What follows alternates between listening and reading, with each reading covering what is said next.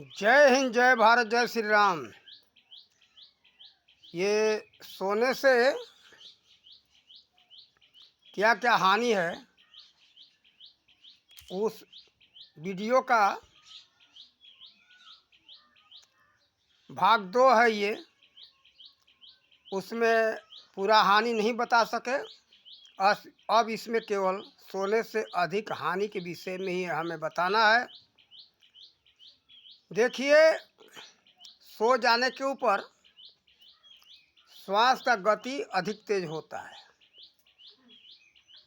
देखो,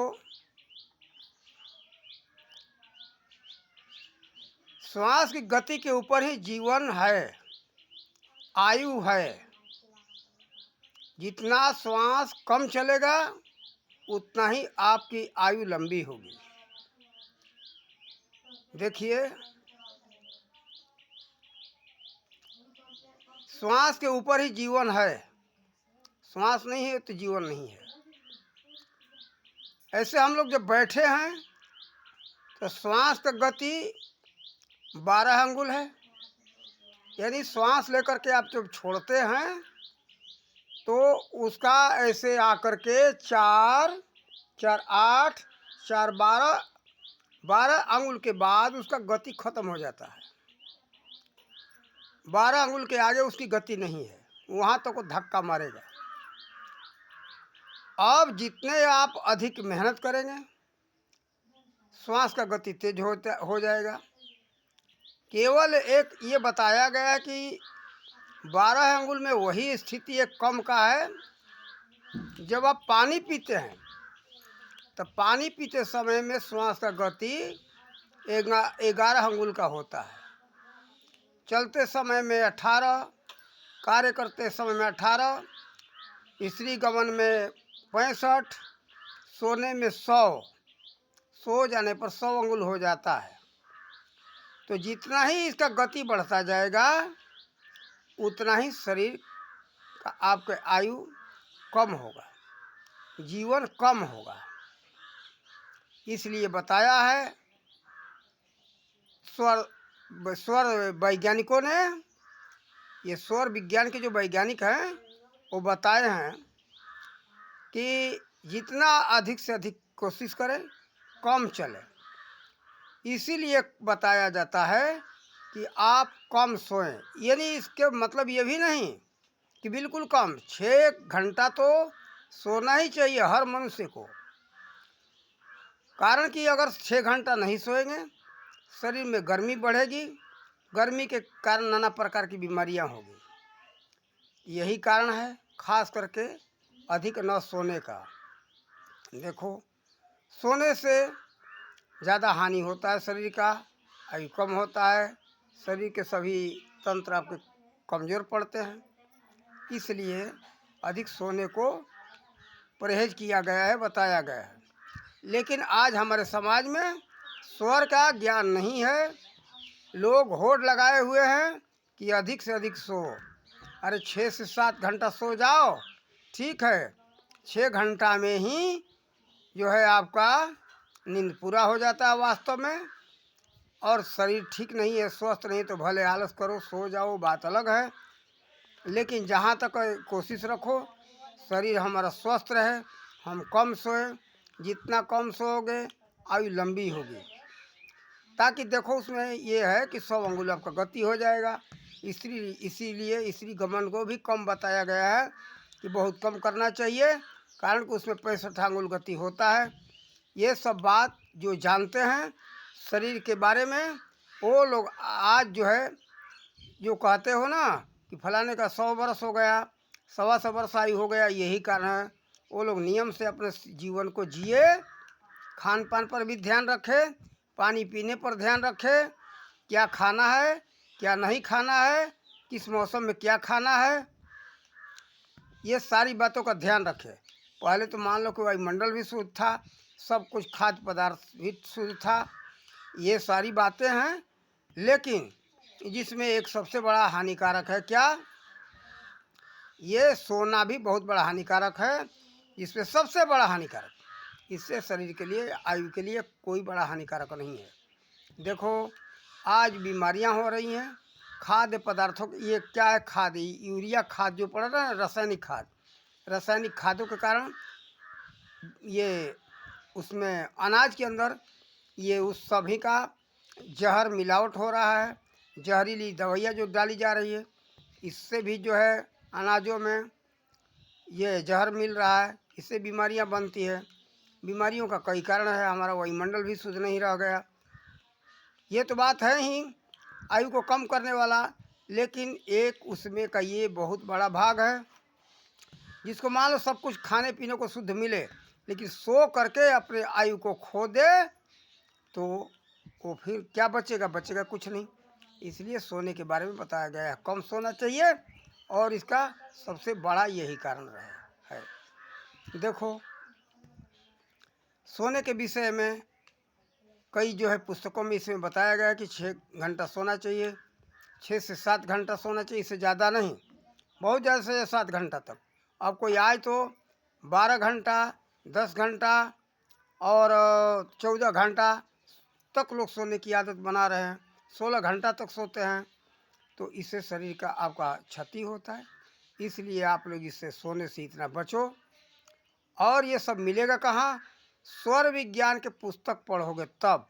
तत्वदर्शी संतों ने इसको जो है कि स्वर वैज्ञानिक, इस तत्वदर्शी संत जो स्वर विज्ञान को जानते थे, वो लोग इसके बारे में संशोधन करके माप तोल करके खुलासा किया है। ये सब सारी बातें मिलती है स्वर सिद्धि पुस्तक में, स्वर विज्ञान के पुस्तक में। ये स्वर विज्ञान का स्वर तो कई प्रकार का तंत्र, ये भी बता दूं, इंगला पिंगला सुषुम्ना, इस नाड़ी के विषय में बता रहा हूँ। ये स्वर के विषय में, स्वर तो कई है, पढ़ाई लिखाई में जो अक्षर है स्वर और व्यंजन वो है ही, और संगीत स्वर है, लेकिन उसका हम चर्चा नहीं करते। चर्चा करते ये जो आपके नासिका के द्वारा श्वास आ रहा है, जा रहा है, इस स्वर विज्ञान के बारे में हम बात कर रहे हैं। तो ये स्वर विज्ञान के जो विशेषज्ञ हैं, संशोधन करके इस पर उन लोगों ने लिखा है। ये बात आपको शिव सूर्योदय पुस्तक में भी मिलेगा। स्वर सिद्धि, स्वर विज्ञान के जो भी पुस्तक हैं उसमें सारी बातें मिलेगी। उसको आप लोग ले करके देखो, जानो। और इस स्वर का महिमा अपार है। इस स्वर के बारे में जब ज्ञान कर लोगे तो आपका आयु ही लंबी नहीं होगी। इस स्वर में अपार शक्ति है, इससे जो चाहो वो कर सकते हो। इसी स्वर के अंदर उस परमात्मा का नाम है। इसीलिए कहा गया है कि तुम एक अगोचर हो सबके प्राणपति। तो प्राण कहा गया किसको? ये आप श्वास ले रहे हैं, इसका 2 भाग है, श्वास लेना और श्वास छोड़ना। श्वास लेने के क्रिया का नाम है प्राण, और श्वास लेकर के छोड़ने का क्रिया का नाम है अपान। 2 क्रियाएं हैं, आप लोग के सबके सामने है। तो इस में अपार शक्ति है, वह प्राणपति परमात्मा भी इसी में विराजमान है। इसीलिए कहा गया है कि तुम एक अगोचर हो सबके प्राणपति, आ किसी विधि मिलूं दयामय कुमति। तो वो दयामय से कहता है कि मेरा मति शुद्ध नहीं है, मेरा कुमति है, मैं किस विधि मिलूं। तो इसमें मिलन कराने वाले तत्वदर्शी संत जो स्वर विज्ञान के वैज्ञानिक हैं, वो जो है बताते हैं। तो देखो, इसी स्वर का ज्ञान हनुमान जी को था। इसी स्वर से वो शरीर को जो है कि लंबा कर लेते थे, और इसी शरीर को छोटा कर लेते थे। जितना मर्जी हो उतना विशाल बना लेते थे। इसी स्वर का ज्ञान था विश्वामित्र जी को, तो तीसरा लोक ही बनाने जा रहे थे। इस धरती से भी एक अलग लोक ही बनाने की उनकी तैयारी थी। कुछ काम भी कर लिया था, लेकिन ये कहानी याद नहीं है, किसी ने मना कर दिया, रोका, तब जा कर के वो मान गए, रचना नहीं कर सके। तो देखो, इस शरीर से आप चाहो जो कुछ निर्माण करना चाहोगे निर्माण कर सकते हो, अपने आयु को लंबा कर सकते हो, और आप दूरगामी बन सकते हो। इस ईश्वर के ज्ञान से आप इतनी आपकी शरीर की सूक्ष्म हो जाएगा, जितना मर्जी उतना सूक्ष्म बना लो। उसके बाद आपको किसी ये यान का ज़रूरत नहीं है, और आप अंतरिक्ष में चाहे जहाँ भ्रमण कर सकते हो। स्वर वैज्ञानिकों का ये बात कहना है। हमें तो इतना ही जानकारी है, ये ज़्यादा अनुभव नहीं सौर विज्ञान के विषय में, लेकिन लेखों के आधार पर, सौर विज्ञान के वैज्ञानिकों के बताए आधार पर हमको इतना मालूम है। इसी सौर के पर विजय प्राप्त कर लेने से जब सिद्धि कर लोगे तो आप इतना सूक्ष्म बना सकते हो शरीर कि आप पल भर में चाहो तो लाखों योजन चले जाओगे दूर।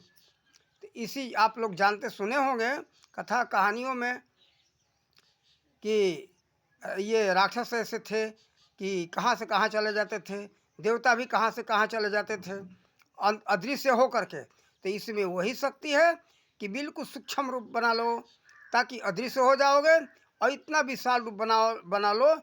आप लोगों ने देखा होगा जैसे फिल्मों में ये रामायण इत्यादि में कि एक से एक राक्षस हैं जो कि अपने शरीर को विशाल बना लेते। हनुमान जी को अपने लोगों ने देखा होगा, शरीर को विशाल बना लिए और छोटा बना लिए। तो लोग अचंभा मानते हैं, अचंभा नहीं है, ये बात सत्य है, लेकिन इस पर विजय प्राप्त करने की जरूरत है। अब इसमें विजय प्राप्त करने की बात बता दूं, ये प्राणायाम के द्वारा विजय प्राप्त होता है। तो प्राणायाम के बारे में थोड़ा चर्चा हो जाए। आप लोग 8 प्रकार के प्राणायाम के बारे में जानते हैं। जैसे आज रामदेव जी वो प्राणायामों के विषय में ज़्यादा बताते हैं। कपालभाति है, भस्त्रिका है, लेकिन ये रोग निवारण के लिए है। इस प्राणायाम से आप श्वासों पर विजय प्राप्त नहीं कर सकते हो, प्राणवायु पर विजय प्राप्त नहीं कर सकते हो। जैसे श्रीमद् भागवत महापुराण के अंदर माता देहूति को समझाते हुए कपिल देव जी महाराज ने कहा है, ए माता जी, पहले आसन करो, आसन पर विजय प्राप्त करो, उसके बाद प्राणायाम करो, और प्राणायाम करके प्राणवायु पर विजय प्राप्त करो। उसके बाद आगे का तो क्रिया बहुत से है, लेकिन कहने का मतलब कि देखो इन प्राणायामों से आप श्वास पर विजय प्राप्त नहीं कर सकते हो। कारण क्या है? इन प्राणायामों में 3 भाग है।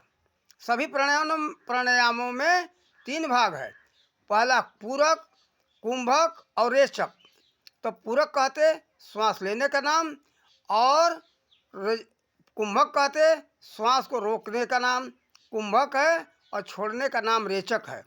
तो देखो ये जो है उस प्राणायाम में कुंभक नहीं है, कुंभक हो रहा है लेकिन पता नहीं चलता है। उसका नाम है चौथा प्राणायाम। ये आप लोगों को मिलेगा पतंजलि योग प्रदीप में, गीता प्रेस का लिखा हुआ है, और उसके लेखक है ओमानंद सरस्वती। तो देखो ओमानंद तीर्थ सरस्वती ऐसे कुछ है, याद नहीं है, लेकिन उस पुस्तक का नाम है पतंजलि योग प्रदीप। तो आप लोग इसको अगर जानना चाहो तो आप उस पुस्तक को लेकर के आप स्वर, ये बहुत से जो क्रियाओं के सारी बातें बताई गई है, उसमें थोड़ा नहीं है, स्वर के विषय में बहुत सी बातें बताई गई हैं। सभी तरह के आसन, प्राणायाम, कौन कौन सी सिद्धि कैसी प्राप्त होगी, सारे सूत्र उसमें बताए गए हैं। तो उसी पुस्तक में चौथा प्राणायाम करके एक प्राणायाम का नाम बताया गया है। तो उसमें क्या करना है, श्वास को, जो श्वास 1 मिनट में 15 बार आ रहा है, जा रहा है, श्वास चल रहा है, तो इसमें जो है कम करना है। अब इसमें क्या करना है, धीरे धीरे श्वास को लेना और बिल्कुल धीरे धीरे छोड़ना। इस समय को बढ़ाते जाना है। जितना समय आप बढ़ाते जाओगे श्वास लेने का, श्वास छोड़ने का, उसमें क्या है, उसी में आपका कुंभक हो रहा है, लेकिन पता नहीं चलता है। इसमें कोई कठिनाई नहीं है, हमारा प्रयोग करके ये देखा हुआ है। अब इसमें हमने तो यहाँ तक प्राप्त कर लिया था कि 15 बार जो श्वास 1 मिनट में चलता है, मात्र 6 बार में ही हमारा जो है पूरा हो जाता था। अब धीरे धीरे करके इसमें हम बहुत ऐसे हमारे सामने समस्या आ गई, जिसके लिए हम इसको कर ना सके, और करने का विचार है, लेकिन देखो परमात्मा की दया से जब समय मिले तो हम करें। तो देखो ये काम चल फिर के नहीं हो सकता। खेती का काम, मजदूरी का काम करके, या कोई भी उद्योग धंधा करके, चल करके फिर करके नहीं हो सकता है।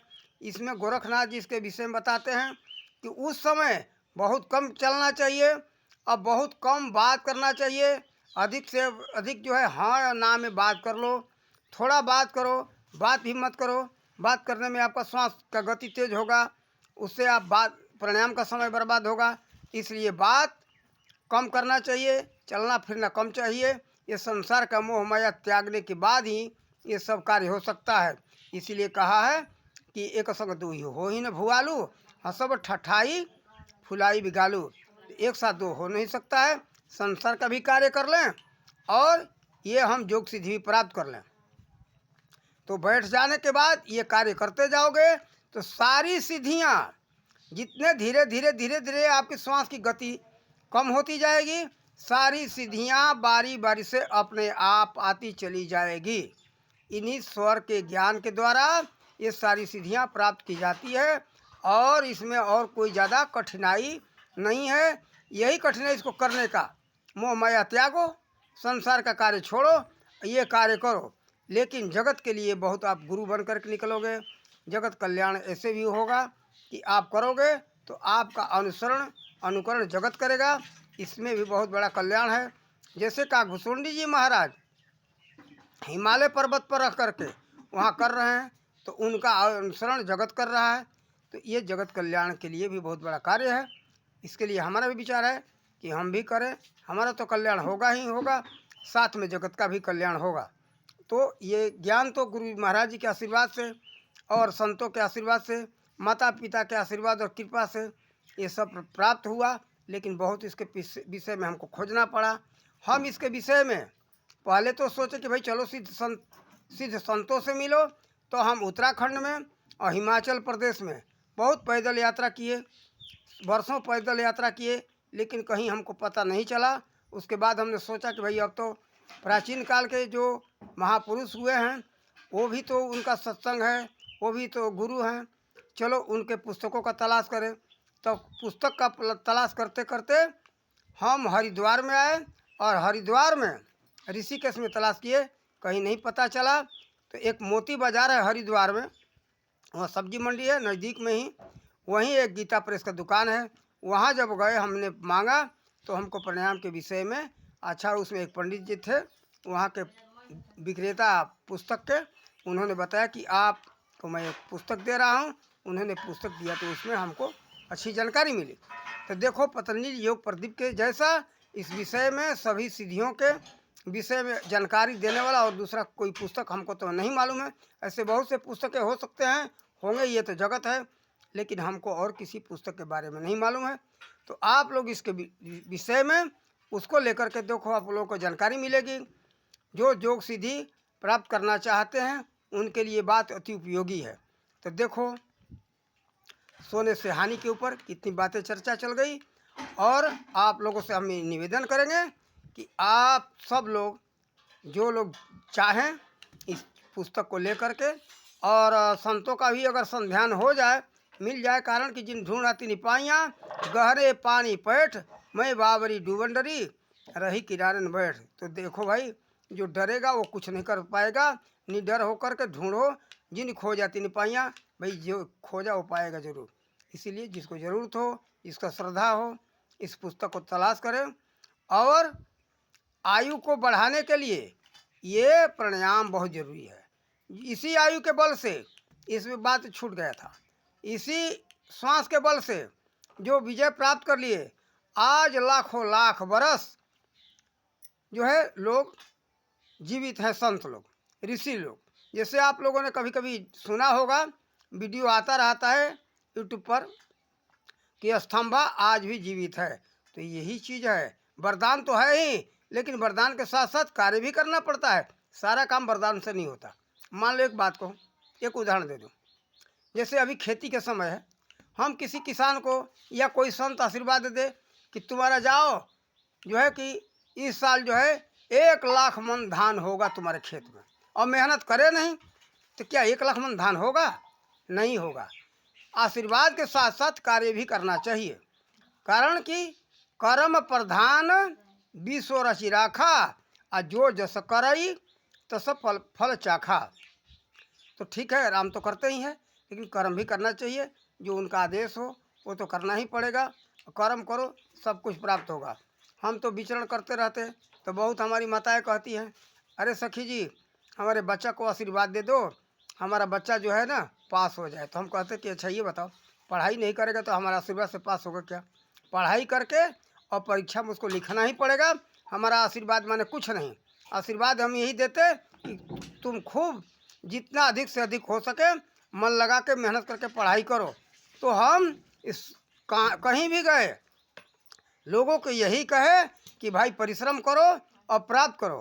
कर और पा, कृपा का वास्तविक अर्थ ये होता है कर और पा, करके प्राप्त करो। ये नहीं कि कर कृपा अपने आप हो जाएगा, बिना कर्म किए कुछ प्राप्त होने वाला नहीं है।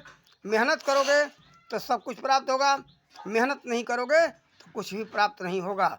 और मेहनत का फल सबको पता है, फल बहुत मीठा होता है। इसलिए जो लोग अपना कुछ प्राप्त करना चाहते हैं करें, प्राप्त करें। लेकिन ये रही श्वास के ऊपर बात, इस श्वास का इतना महिमा है और इसलिए श्वास को बचाओ। और सो कम अगर अपने जीवन से बैर है, मृत्यु को जल्दी गले लगाना है तो सो भाई 24 घंटा। जैसे कुंभकर्ण मांगा था आशीर्वाद, वो तो मांगा था, हाँ मांगा था निंद्रासन, तो मिल गया ना निंद्रासन। 6 महीना सोना, 6 महीने जगना, तो कुंभकर्ण बन जाओ, जल्दी आयु समाप्त हो जाएगी। तो जिसको आयु समाप्त करना है, अपने जीवन से बैर है, वो खूब सोए, 24 घंटा सोते रहे, केवल किसी तरह से खाने के लिए जग जाए और खाने के सोच के बाद सो जाए। तो देखो इसी ये स्वर का देन है कि हजारों हजार वर्ष, लाखों लाख वर्ष आप लोगों ने सुना होगा। काकभूषुंडी जी महाराज पता नहीं कितने कल्प हो गए जीवित हैं, यही स्वर का ही प्रताप है। ये बात जो है आप लोगों को मिलेगा योग वशिष्ठ रामायण में।